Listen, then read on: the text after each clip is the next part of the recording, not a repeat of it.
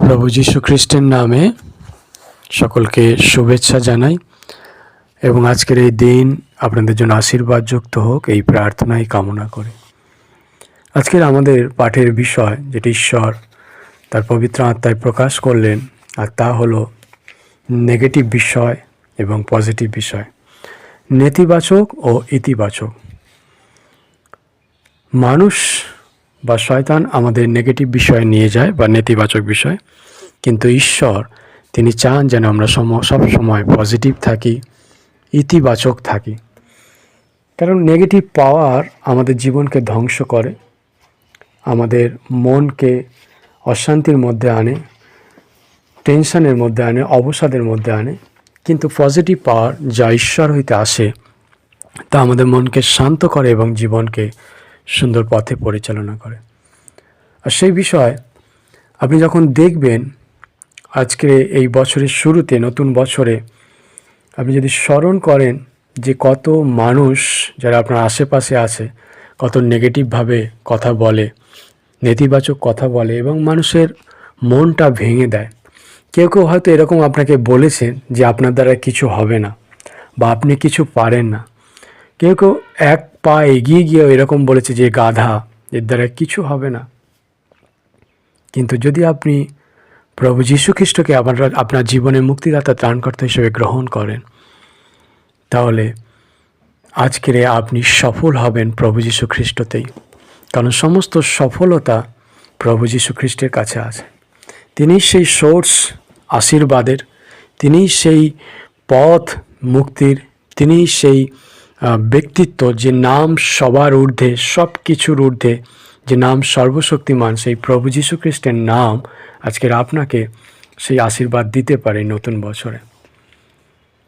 তাই যে যা বলে বলুক, যে যা ভাবে ভাবুক, আপনি প্রভু যীশু খ্রিস্টের দিকে দৃষ্টি রাখুন এবং এগিয়ে যান। কারণ তিনি আপনাকে ভালোবাসেন, প্রভু যীশু খ্রিস্ট আপনাকে ভালোবাসেন। আর সেই জন্য যখন আমরা পবিত্র বাক্য দেখি, জিরমীয় ভাববাদী পুস্তক 29 অধ্যায় 11 পদ এই কথা বলছে, কেননা সদাপ্রভু বলেন, আমি তোমাদের পক্ষে যে সকল সংকল্প করিতেছি তা আমি জানি, সে সকল মঙ্গলের সংকল্প, অমঙ্গলের নয়, তোমাদিওকে শেষ ফল ও আশা সিদ্ধি দিবার সংকল্প। Amen, hallelujah. ঈশ্বর আজকে আপনাকে বলছেন যে তিনি আপনার জন্য একটি পরিকল্পনা করে রেখেছেন, আর যে পরিকল্পনা মঙ্গলের, আশীর্বাদের, অমঙ্গলের নয়। যে পরিকল্পনা দয়ার, অনুগ্রহের, যে পরিকল্পনা সফলতার, অসফলতা নয়। মানুষ আপনাকে অনেক কিছু বলতে পারে, নেগেটিভ করতে পারে, ভুল ধারণা দিতে পারে, অনেকে বলতে পারে যে আপনার দ্বারা কিছু হবে না, আপনি কিছু পারেন না। কিন্তু আপনি জানেন ঈশ্বর আপনাকে ভালোবাসেন, প্রভু যীশু খ্রিস্ট আপনাকে ভালোবাসেন। তিনি আপনার জন্য একটা সুন্দর পরিকল্পনা করে রেখেছেন, যে পরিকল্পনা অনেক আশীর্বাদের, অনুগ্রহের, দয়ার, মঙ্গলের। তাই কে কি বললো, কে কি ভাবলো, আজকের এই নতুন বছরে আর চিন্তা করার দরকার নেই। আপনি প্রভু যীশু খ্রিস্টের দিকে দেখুন, সামনের দিকে দেখুন এবং এগিয়ে চলুন। নেতিবাচক বিষয়গুলো থেকে, নেগেটিভ পাওয়ারগুলো থেকে দূরে থাকুন এবং পজিটিভ পাওয়ার বা প্রভু যীশু খ্রিস্টের সেই শক্তি, ঐশ্বরিক শক্তি, সেই বিষয়ে আপনি এগিয়ে যান, পবিত্র আত্মার শক্তি ধারণ করেন। কারণ ঈশ্বর আপনার জন্য একটি মহৎ পরিকল্পনা করে রেখেছেন। নতুন বছরে তিনি চান নতুন আশীর্বাদ আপনার জীবনে করতে, তিনি চান নতুন কার্য করতে। আপনি বিশ্বাস করুন প্রভু যীশু খ্রিস্টের ওপরে এবং নির্ভর করুন। শুধুমাত্র বিশ্বাস নয়, কিন্তু নির্ভর করুন। বিলিভ অ্যান্ড ট্রাস্ট, প্রভু যীশু খ্রিস্টের ওপরে রাখুন, তাহলে দেখবেন সে আশীর্বাদ পাবেন। একটি ছোট্ট ঘটনা বলে আমি শেষ করতে চাই, যেটি খুবই সত্য ঘটনা।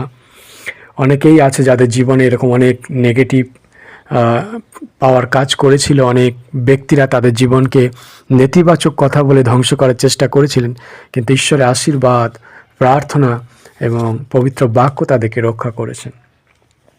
একদিন একটি ছোট ছেলে স্কুল থেকে হেডমাস্টারের একটি চিঠি নিয়ে খুব আনন্দের সঙ্গে বাড়ি ফিরলেন। খুব সুন্দর আনন্দ, নাচতে নাচতে, যে হয়তো কিছু একটা ভালো কিছু লিখেছেন আমার হেডমাস্টার। আর তিনি তার মাকে সেই চিঠিটা দিলেন। তার মা বিধবা, স্বামীকে হারিয়েছেন অনেক বছর আগে, একমাত্র সন্তানকে অনেক কষ্ট করে মানুষ করেন, অন্যের বাড়িতে কাজ করে থালা বাসন ধুয়ে। যখন তার মা সেই চিঠিটা হাতে পেলেন এবং খুললেন, তার মা খুবই অবাক হয়ে গেলেন। কিন্তু সমস্ত দুঃখ কষ্ট আবেগ চেপে রেখে যখন তার সন্তান জিজ্ঞেস করলেন যে মা এতে কী লিখেছেন হেডমাস্টার আমার সম্বন্ধে, মা বললেন হেডমাস্টার লিখেছেন যে তোমার সন্তান অনেক ভালো, অনেক মহৎ, অনেক জ্ঞানী গুণী, ওকে আমরা আর পড়াতে পারবো না, আমাদের সেই সাধ্য নেই, ওকে তুমি তোমার কাছে রেখে পড়াও, বাড়িতে রেখে পড়াও, কারণ আমাদের কোনো টিচার বা আমাদের সেই জ্ঞান নেই তোমার সন্তানকে পড়ানোর। তোমার সন্তান অনেক মহৎ, অনেক বড়, এবং তাকে তোমার বাড়িতে রেখেই পড়াও। আর এই কথা শুনে ছেলে খুব আনন্দিত হলেন। মা তাকে বললেন আজ থেকে আর স্কুলে যাওয়ার দরকার নেই, তুমি আমার কাছেই পড়বে। ছেলে খেলতে চলে গেল সেই সন্তান। মা চোখের জলে হাঁটুতে প্রার্থনা শুরু করলেন। কি করে মানুষ করবে সন্তানকে? যে স্কুলে দিয়েছিল সে স্কুলও তাকে আর রাখলো না, লোকের বাড়ি কাজ করে খায়। তারপরে শুরু হলো সেই মহাসংগ্রাম। প্রভু যীশু খ্রিস্টের চরণতলে সমর্পণ করলেন সেই সন্তানকে। চোখের জলে প্রার্থনা, উপবাসের প্রার্থনা, হাঁটুতে প্রার্থনা, মায়ের সেই ভোরবেলা উঠে নির্জন প্রার্থনা, আর সন্তানকে ধীরে ধীরে মানুষ করতে থাকলেন। একদিন সেই সন্তান একটি বৃহৎ এবং বড় মাপের বৈজ্ঞানিক হলেন, যিনি বাল্ব আবিষ্কার করলেন। আজকে যে বাল্ব আমরা পেয়েছি তার দ্বারায়, তার নাম টমাস আলভা এডিসন, যিনি 1879 খ্রিস্টাব্দে সেই বাল্ব আবিষ্কার করেছিলেন, যা মানব জাতির জন্য বিরাট একটা আশীর্বাদ। তিনি একদিন তার লাইব্রেরিতে পড়াশোনা করছেন, একটি খুব পুরনো বই চোখে পড়ল। সে বইটা অনেক দিন তার পড়া হয়নি, সেই ছোটোবেলায় পড়েছিলেন। আর তার মা তাকে সেই গল্পের বই বা সেই বইটা উপহার দিয়েছিলেন। মায়ের স্মৃতিতে, মায়ের কথা মনে পড়ে সেই বইটা তিনি বের করলেন, পড়তে শুরু করলেন। আর হঠাৎ সেই চিঠিটা তার সামনে এলো, যেটা তার হেডমাস্টার তাকে দিয়েছিলেন। আর তিনি যখন চিঠিটা খুলে পড়লেন, ভয়ঙ্কর এক সত্য তার সামনে প্রকাশ পেল। তিনি অবাক হয়ে গেলেন।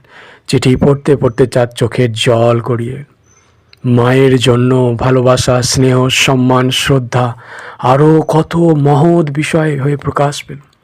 কারণ চিঠিতে যেটা লেখা ছিল, সেদিন তার মা সেটা গোপন করেছিলেন। চিঠিতে লেখা ছিল যে আপনার এই সন্তান মূর্খ, গাধা, এর দ্বারা পড়াশোনা হবে না, এ কিছু বুঝতে পারে না, কোনো টিচার একে পড়াতে চাইছে না, তাই আমরা স্কুল থেকে একে বার করে দিলাম। মা সেদিন সেই চিঠি সত্যটা গোপন করে তার সন্তানকে উৎসাহিত করেছিলেন, পজিটিভ বিষয় রেখেছিলেন, ইতিবাচক বিষয়, নেতিবাচক নয়। মায়ের মনে অনেক কষ্ট হয়েছিল, অনেক দুঃখ হয়েছিল, চোখের জল পড়েছিল, কিন্তু সন্তানকে দেখতে দেয়নি। নীরবে কেঁদেছিলেন গভীর রাতে, ভোরবেলা উঠে কেঁদে প্রার্থনা করেছিলেন, উপবাস প্রার্থনা করেছিলেন হাঁটুতে, সন্তানকে প্রভু যীশু খ্রিস্টের চরণতলে সমর্পণ করেছিলেন। এবং মা প্রার্থনা আর সেই প্রচেষ্টা, সেই ভালোবাসা আজকে সন্তান বিখ্যাত এক বৈজ্ঞানিক টমাস আলভা এডিসন, যিনি 1879 খ্রিস্টাব্দে বাল্ব আবিষ্কার করলেন। সেই সন্তান খুব অবাক হয়ে গেলেন মায়ের এই মহত্ব দেখে, ভালোবাসা দেখে, গর্বে বুক ভরে উঠল। আজকের হয়তো আপনাকে কেউ এরকম বলতে পারে আপনার দ্বারা হবে না, কেউ হয়তো বলতে পারে আপনি গাধা, আপনি কিছু পারেন না, হয়তো বারবার আপনার ভুল হয়ে যাচ্ছে, আপনি বুঝতে পারছেন না কেন হচ্ছে, মানুষ আপনাকে অপমান করছে, দূর করে দিচ্ছে, বার করে দিচ্ছে। চিন্তা করার দরকার নেই, প্রভু যীশু খ্রিস্ট আপনাকে ভালোবাসেন, কারণ তিনি আপনার জন্য মহৎ পরিকল্পনা করে রেখেছেন। যে পরিকল্পনা আশীর্বাদের, অনুগ্রহের, দয়ার, মঙ্গলের, যা আমরা আগের পাঠে জিরোমীয় ভাববাদী পুস্তকে দেখলাম। এখন আমরা আরেকটি অংশ দেখতে চাই, যেটি যিশায় ভাববাদী পুস্তক আর তার 42 অধ্যায় 1 পদ, যা আজকের আপনাদের জীবনকে আরও আশীর্বাদ যুক্ত করবে, উৎসাহিত করবে। যিশায় ভাববাদী পুস্তক 42 অধ্যায় পবিত্র শাস্ত্র বাক্য এই কথা বলে প্রথম পদে, ওই দেখো আমার দাস, আমি তাহাকে ধারণ করি, তিনি আমার মনোনীত, আমার প্রাণ তাহাতে প্রীত, আমি তাহার উপরে আপন আত্মাকে স্থাপন করিলাম। তিনি জাতিগণের কাছে ন্যায় বিচার উপস্থিত করিবেন। Amen, hallelujah. খ্রিস্ট যিশুর গৌরব হোক। ঈশ্বর আজকে বলছেন আপনাকে, ওই দেখো আমার দাস, আমি তাহাকে ধারণ করি, তিনি আমার মনোনীত, আমার প্রাণ তাহাতে পিত। মানুষ হয়তো আপনাকে মনোনীত নাও করতে পারে, মানুষ হয়তো আপনাকে অপমান করতে পারে, অবজ্ঞা করতে পারে, অবহেলা করতে পারে, কিন্তু ঈশ্বর প্রভু যীশু খ্রিস্ট আপনাকে ভালোবাসেন। তিনি বলছেন, ওই দেখো আমার দাস, আমার দাসী, আমার সন্তান, আমার কন্যা, আমার ছেলে মেয়ে, আমি তাকে ভালোবাসি, তিনি আমার মনের মতন, তিনি আমার মনের মতন, এবং আমার আত্মা তাকে ধারণ করে। ঈশ্বর আজকে আপনাকে আশীর্বাদ যুক্ত করুন এই বাক্যের মধ্যে থেকে। আপনি নেগেটিভ বিষয় থেকে বেরিয়ে আসুন, যে যা বলছে বলতে দিন, নীরবে প্রার্থনায় থাকুন, চোখের জলে প্রার্থনা থাকুন। সেদিন সেই মায়ের প্রার্থনা তার সন্তানের জীবনকে পাল্টে দিয়েছিল। আজকের আপনার প্রার্থনা, আপনার জীবন, আপনার সন্তান সন্ততির জীবন, আপনার ছেলে মেয়ে, আপনার স্বামী